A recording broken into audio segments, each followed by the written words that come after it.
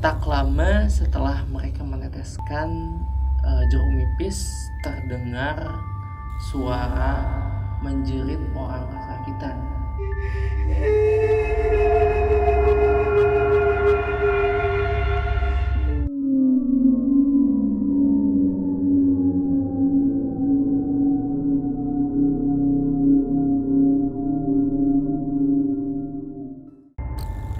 Balik lagi sama gua Pikri di segmen Chemistry, cerita seputar misteri.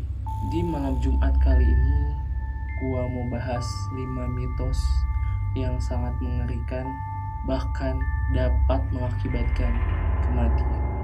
Kepercayaan akan mitos-mitos yang ada di Indonesia masih sering diperbincangkan.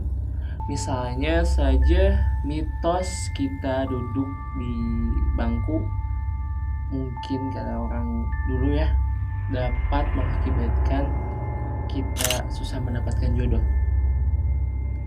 Atau kupu-kupu yang terbang di dalam rumah dipercaya akan mendatangkan tamu. Itu kata orang dulu ya.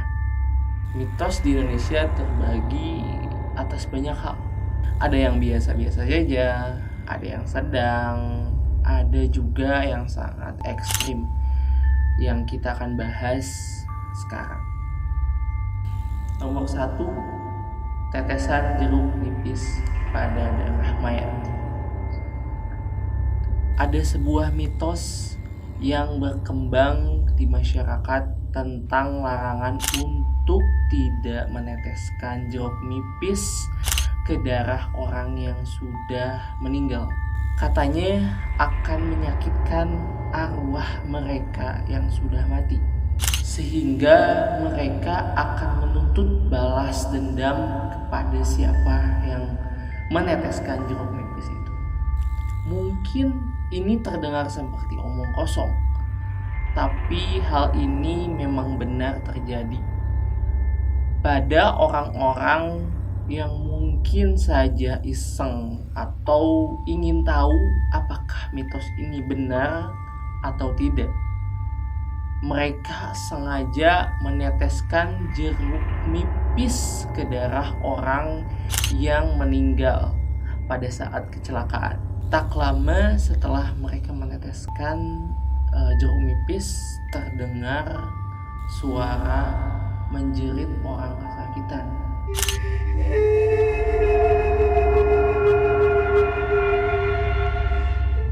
Tak tahu suara itu di mana atau siapa yang menjerit.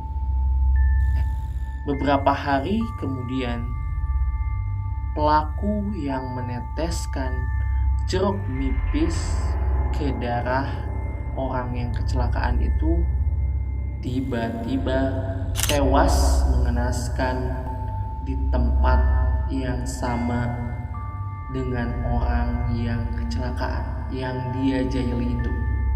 Terdengar seperti tidak logis, di luar nalar kita sebenarnya. Tapi jangan kalian coba, karena ini menyangkut nyawa. Nomor 2, membawa telur ayam kampung di hutan malam hari.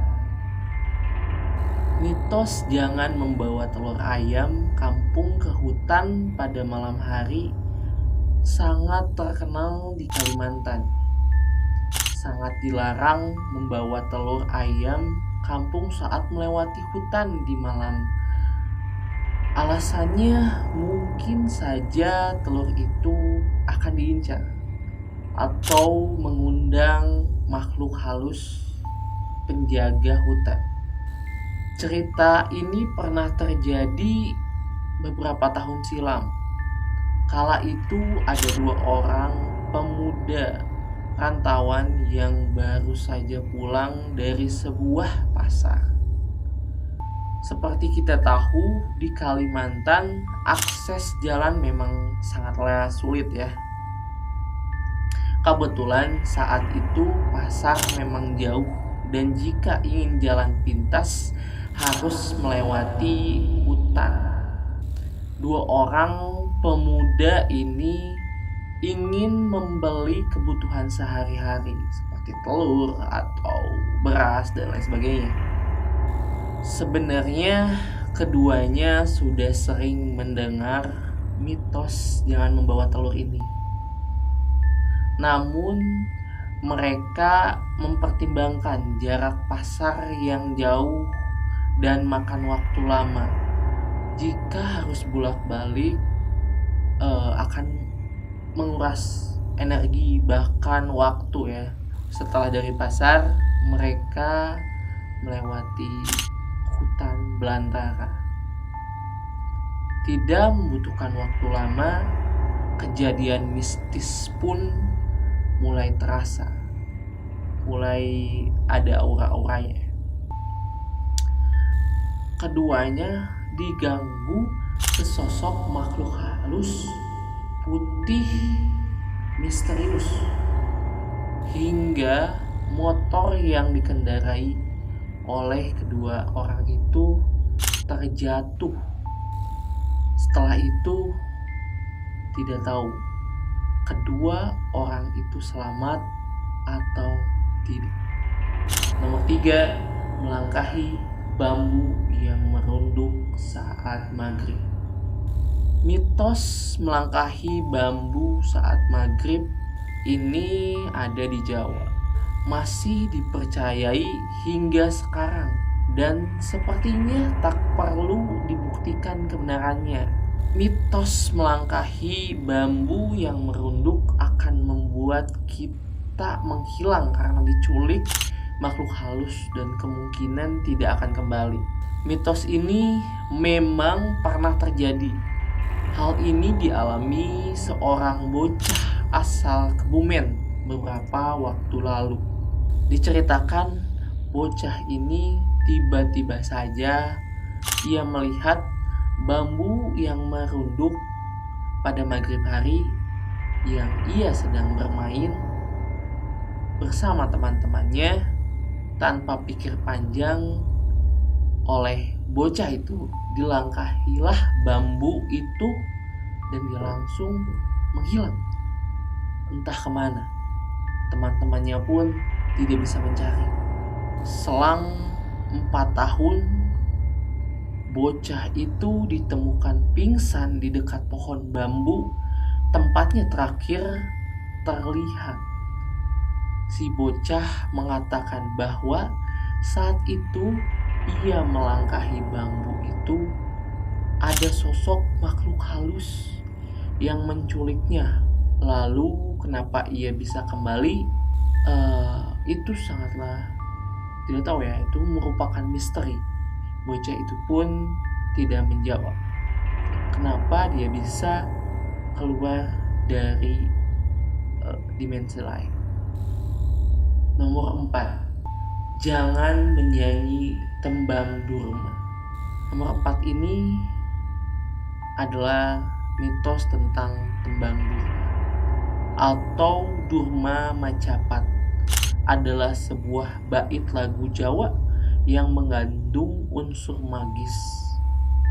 Banyak mitos yang beredar tentang lagu ini yang berisi larangan untuk menyanyikannya. Pasalnya bait ini sangat disukai makhluk halus.